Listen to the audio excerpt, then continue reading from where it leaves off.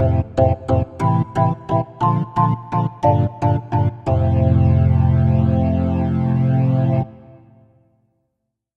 my fellow minor league nerds, and welcome to episode 14 of my Throwback Thursday Cap of the Day series. This week, actually, it is 5 caps, as I will be talking about the St. Louis Browns, who are tied for the second largest amount in my MLB collection. Not only do I have 5 hats, but I also have a World Series plaque from their lone appearance in 1944, a replica of Sportsman's Park, where both they and the Cardinals played, as well as a vintage pennant that was given to me by a friend whose grandfather had this pennant back in the 1950s. So sit back and let's talk about the St. Louis Browns. Like most teams that formed the American League in 1900, the St. Louis Browns began play in the Western League under a different name and in a different city. They were founded as the Milwaukee Brewers in 1892. They would stay in Milwaukee until the end of the 1901 season. AL president Ban Johnson knew Milwaukee, the 15th largest city in the country at the time, could not be a viable city for a major league team. So he had the team move to St. Louis, which was the 4th largest city at the time. Most people who know anything about the Browns' history know that they were usually a subpar team. But they didn't start out that way. Their first year in St. Louis, they finished in second place, 5 games behind Philadelphia, with a 78-58 record. They looked to become even more powerful in 1903 when they lured Christy Mathewson away from the New York Giants in a deal that would have paid him almost 4 times what he was making in New York. However, that contract was torn up as part of a settlement that ended the 2-year war between the American League and the National League. Between 1902 and 1922, the Browns had 4 winning seasons, but they remained very popular, even outdrawing the Cardinals, who had been established in the city since 1882. In the middle of the 1913 season, former Browns catcher Branch Rickey was hired first to be the business manager and then eventually as manager and general manager. In 1916, as part of the settlement that ended the war with the Federal League, the Browns were sold to Philip Ball, who owned the defunct league's St. Louis Terriers. Ball replaced Rickey as the team manager and kept him as the de facto general manager. Eventually, he would allow Rickey to leave for the St. Louis Cardinals, against the wishes of AL president Ban Johnson. Since moving to St. Louis, the Browns had played at Sportsman's Park, a stadium they owned. In 1920, they allowed the Cardinals to move out of dilapidated Robinson Field to share Sportsman's Park. The Cardinals used the money that they made off the sale of their old ballpark to build the first modern farm system, which would eventually bring massive success to the Cardinals, allowing them to pass the Browns in popularity in St. Louis. The rest of the 1920s and 30s were not good decades for the Browns. Their lone bright spot was 1922, when they finished in second place with a 93-61 record, only 1 game behind the pennant-winning New York Yankees. In 1933, team owner Philip Ball died. His estate ran the team for the next 3 years, but never put any real investment into the team, eventually selling them to investment banker Donald Lee Barnes. By 1941, Barnes realized he could never make money in St. Louis. He was approached by interests in Los Angeles about buying a stake in the team. He asked for and received tentative permission to move the team to Los Angeles, which was the 5th largest city at the time, for the 1942 season. As part of the deal, the Browns would buy the Chicago Cubs' top affiliate, the Los Angeles Angels of the Pacific Coast League, as in those days, whoever owned the minor league team in a city also owned the major league rights to that city. A meeting for final approval of the move was scheduled for Monday, December 8th, 1941.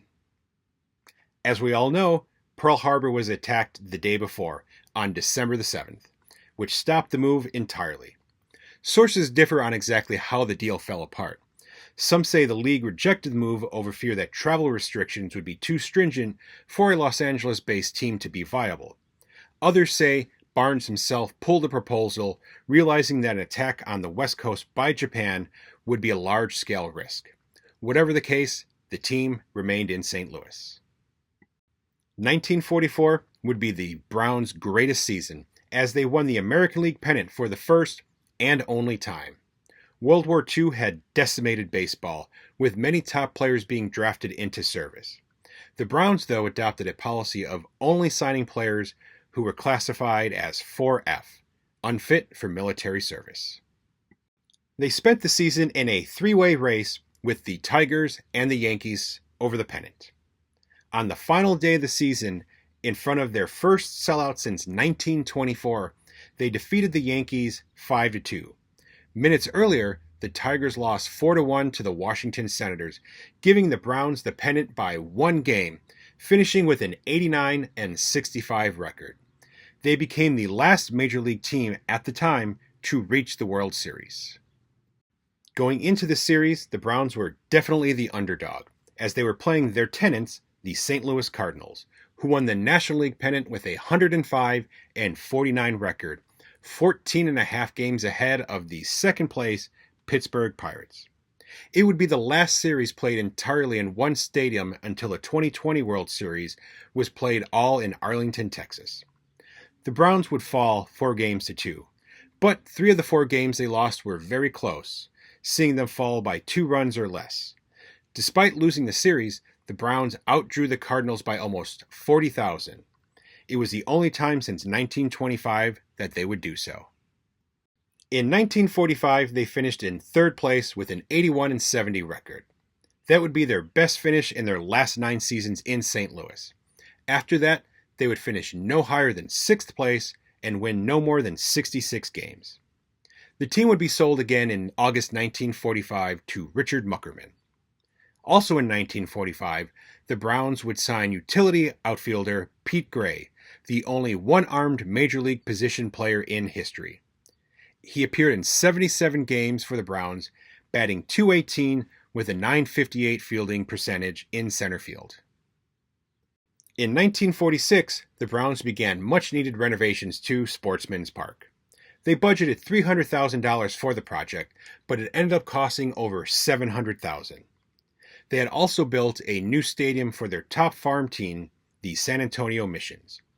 These 2 projects, along with the drop in attendance, put the Browns on the brink of insolvency. In 1947, Muckerman signed 2 Negro League stars, Willard Brown and Hank Thompson, after a slow start by the Browns. The 2 only lasted a month and were released after they neither improved attendance nor the team's on-field record. There was another effort to move the team to Los Angeles and one to move them to Baltimore. The Los Angeles deal fell through when potential buyer, Emory Perry, found out that he would have to compensate every other PCL team for the move to California. Baltimore Colts owner Bob Rodenberg showed interest in buying the team and bringing them to Baltimore. His purchase hinged on the Cardinals buying Sportsman's Park, which they showed no interest in doing, so he withdrew his offer. Muckerman eventually sold the team to his GM, Bill DeWitt, and his brother Charlie, who were the only buyers interested in keeping the team in St. Louis. The 2 brothers were unable to right the ship. Even selling off their top players wasn't enough to keep the team going. In 1951, they would sell the team to the colorful Bill Veeck. Veeck, who was the king of promotions and wild antics, pulled off many while in St. Louis, his most famous taking place on August 19, 1951, when 3'7" Eddie Goodell had his one and only Major League plate appearance, a 4-pitch walk.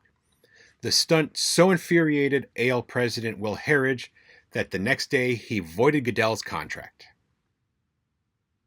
Another stunt took place when the Browns handed out placards that read "Take, Swing, Bunt, etc." to fans and allowed them to make managerial decisions for the day. Browns manager Zach Taylor followed the fans' advice. The Browns won the game against the Philadelphia Athletics, whose owner and manager, Connie Mack, took part in the Grandstand's manager. In 1951, Veeck would sign 45-year-old Satchel Paige to the team. He was heavily criticized by the other owners for doing so.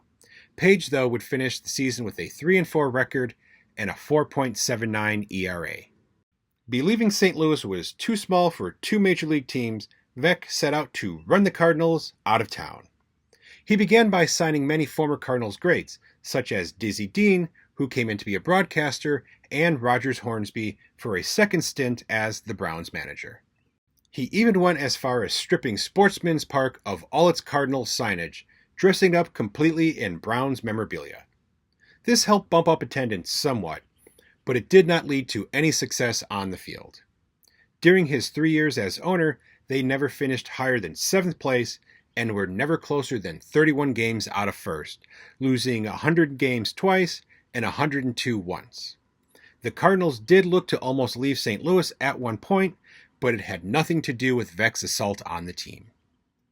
Cardinals owner Fred Sy was charged with tax evasion in 1952. He pleaded no contest and was looking at the possibility of a lifetime ban from baseball. Instead, he put the team up for sale.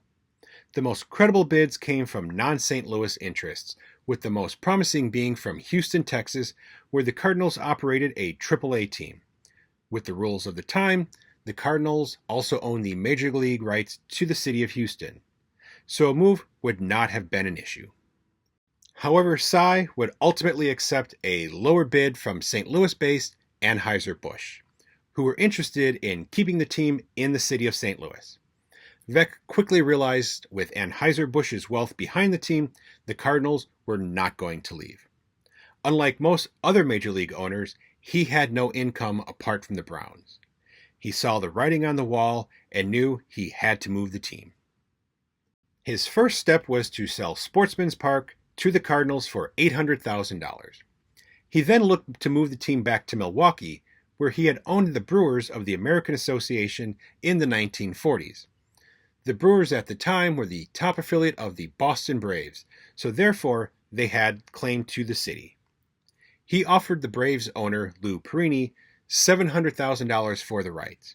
Perini dragged his feet on the deal before deciding to move the Braves there in March 1953, just 3 weeks before opening day. Veeck then looked to Baltimore and its mayor, Tommy D'Alessandro, and attorney Clarence Miles, who had been trying to bring a major league team back to Baltimore. The city had an original American League team, which lasted for only 2 seasons, folding after the 1902 season. They were replaced by the New York Highlanders, who then became the New York Yankees in 1913. The American League owners, still furious over all of Veeck's publicity stunts, blocked the move. Veeck also proposed an idea of pooling broadcast revenues, which was completely rejected by the owners. The Yankees, whose broadcast income dwarfed most other teams, made sure the idea never saw the light of day. It was never made official that 1953 would be the Browns' last season, but it became pretty obvious. Their attendance fell to just 3,600 fans a game. That season, they finished 46 games out of first place. Veeck had to sell off all his top players just to stay afloat. Later in the season, the team began running out of baseballs, which caused them to have to limit their batting practices. In what would be the Browns' last game in St. Louis on September 27th, a 2-1 loss to the Chicago White Sox in front of 3,174 fans, the Browns had so few baseballs on hand that the umpires were forced to recycle the least damaged ones back into play. Reportedly, the last ball used was gashed from seam to seam. After that season, Veeck made a deal with Clarence Miles to move the team to Baltimore. He would have remained the principal owner, but would have to sell half his stake to the Baltimore group that Miles headed. The deal would be rejected by the American League owners, despite assurances from American League president Will Harridge that it would pass. It's believed that the Yankees' co-owner, Del Webb, was trying to get support to move the team to Los Angeles, where he had construction interests. Most owners, though, did not support the idea, as it would raise travel costs to have just one team out on the West Coast. It became clear to Veeck and the Baltimore group that the American League owners just didn't want him involved in the team or the league any longer. Ultimately, Veeck would sell his entire stake in the team to the Baltimore group for $2.5 million. The team would then be rechristened the Baltimore Orioles, a name with a long history in the city. The move was unique for the time, as all other franchise moves in the 1950s were from east to west. The Browns to Baltimore was the only west to east movement. In Baltimore, they would find much more success winning 9 American League East titles, 6 American League pennants, and 3 World Series titles in 1966, 1970, and 1983. Well, my fellow minor league nerds, that's going to do it for this week's episode. I know it was an extra long one, but the Browns did have a long, and I'd like to think very interesting history. So thank you for sticking with me. If you'd like to receive a notification every time a new video is uploaded, be sure to like and subscribe to the channel to not miss out on anything new. So until next time, stay safe, and I will see you then.